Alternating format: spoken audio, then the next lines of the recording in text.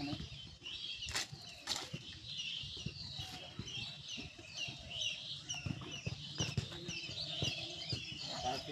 Writing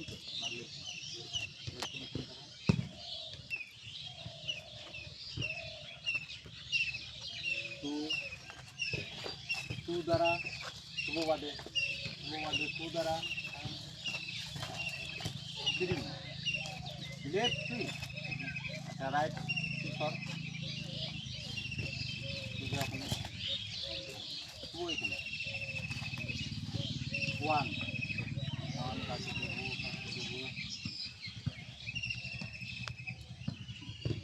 সন্ধির যা চলো ওয়ান গোলকিপার ভৈরব 1 2 3 1 ঠিক আছে ওখানে দাঁড়া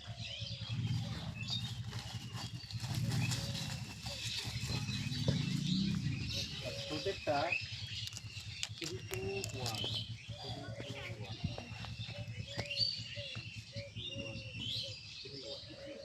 গোলকিপার যত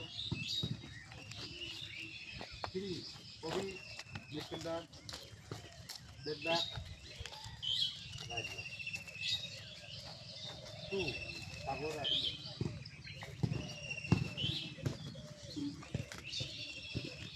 3 4 5 6 3 5 6 3 1 2 তো 3 1 1টা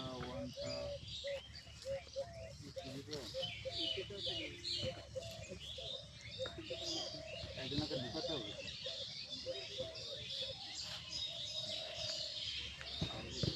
একটা কোন পড়বে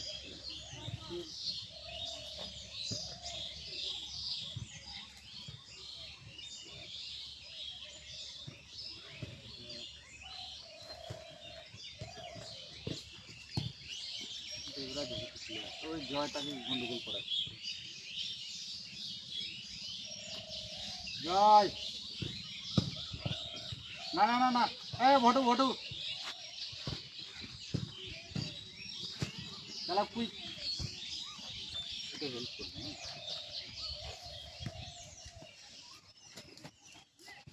এবার দেখ এখানে মাঝ খেল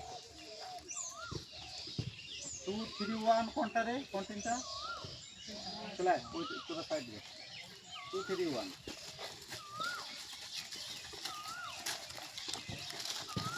ডিপেন্ডিং ছাত্রর নাম বল বলছি যে ব্যালেন্স ডিফেন্স অ্যান্ড অ্যাটাক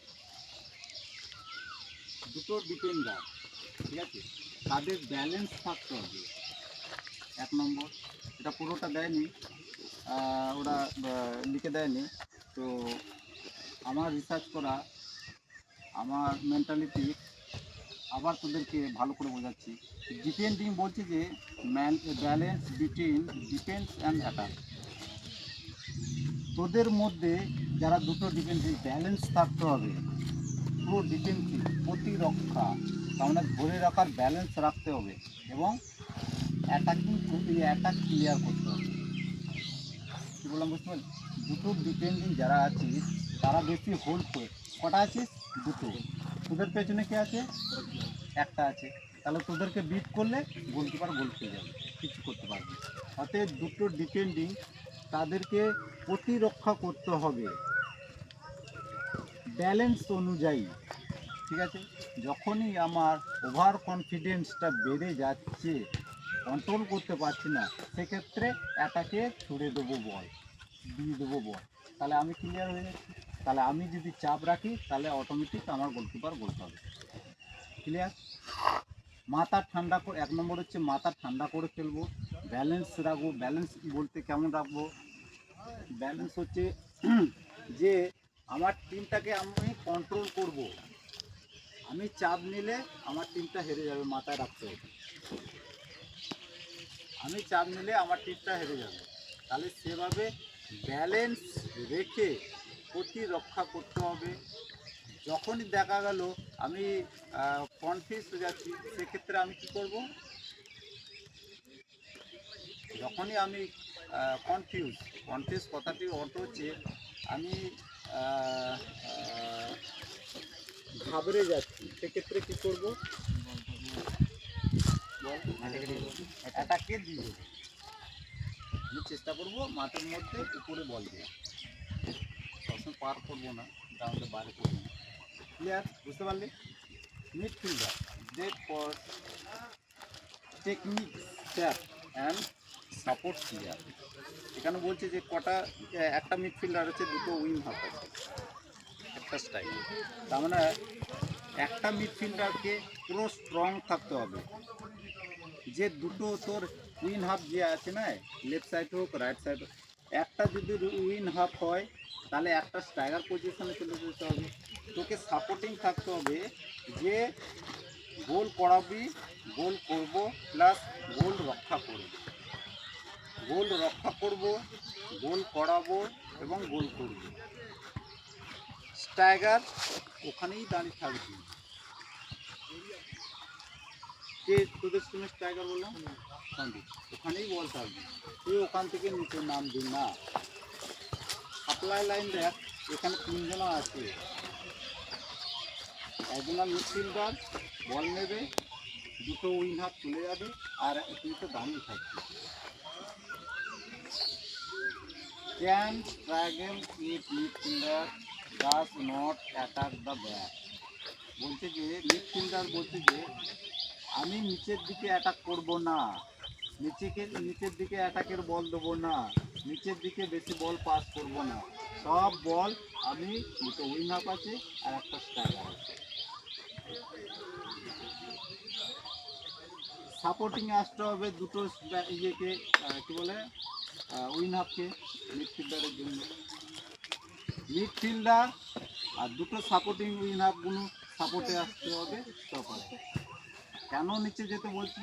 যেহেতু দুটো ডিফেন্ডিং আছে, দুটো ডিপেন্ডিং আছে তোদের, তাহলে তোদেরকে সাপোর্টিং নামতে হবে। দুটো উইন হাফ যে আছিস, শুভ আর ইয়ে, আবার স্টপ করে ভালো ইয়ে করে দিচ্ছি। আর কি ফরমেশন করলাম? 3-2-1, 3-2-1 বললাম। আমাদের তো আমাদের তোদের 3-2-1 তো। আচ্ছা, মাঝ মাঠ তোরা সরে যায়, stopper, centre back, right back, left back, দুটো মিডফিল্ডার,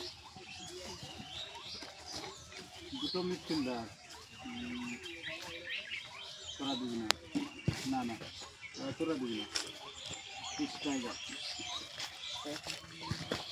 বলছি যে সলিড অ্যাট দ্য ব্যাক, আমি ব্যাক পাস দিতে পারি। কেন এখন ব্যাক পাস দিতে বলছি?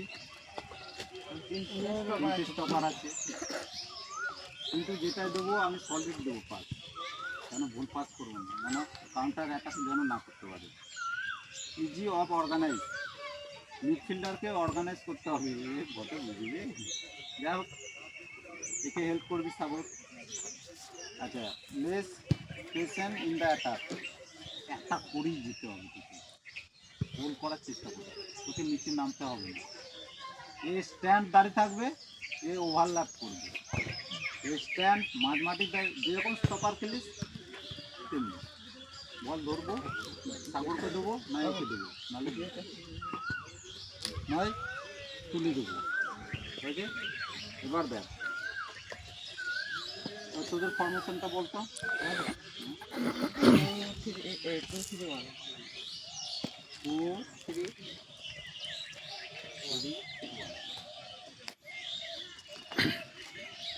এই দুটো স্টপার, এই দুটো স্টপার, এটা হচ্ছে মাঝমাঠ, সেন্টার মিডফিল্ডার, এটা হচ্ছে লেফট